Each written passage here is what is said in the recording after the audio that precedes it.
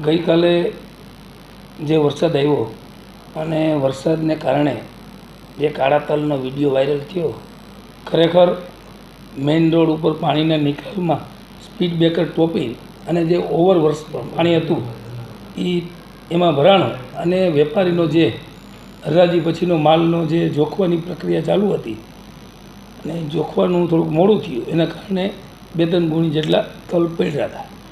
Okay, કોઈ નુકસાની ખેડૂતને કે કંઈ યાર્ડને કંઈ નુકસાની?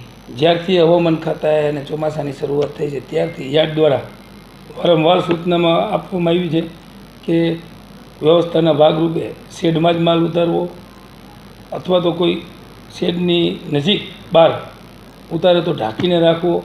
એટલે વારંવાર અમે સૂચનાઓ આપી છે વ્યવસ્થા તંત્ર તરફથી, પણ કોઈ વેપારીની કે દલાલની બેદરકારીને કારણે આ પ્રકારની ઘટનાઓ બનતી હોય છે.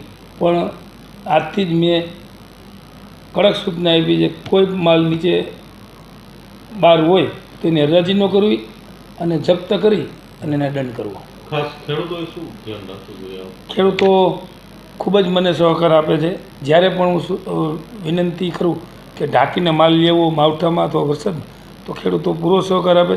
અને ખેડૂતોને પણ મારી વિનંતી છે કે આપનો માલ તમે ભરો અને યાર્ડે આવતો હોય તો ઢાંકીને લઈ આવવો અને યાર્ડ દ્વારા જ્યાં પણ સૂચના આપવામાં આવે એવી સુરક્ષિત જગ્યાએ ઉતારવામાં મદદ કરવી.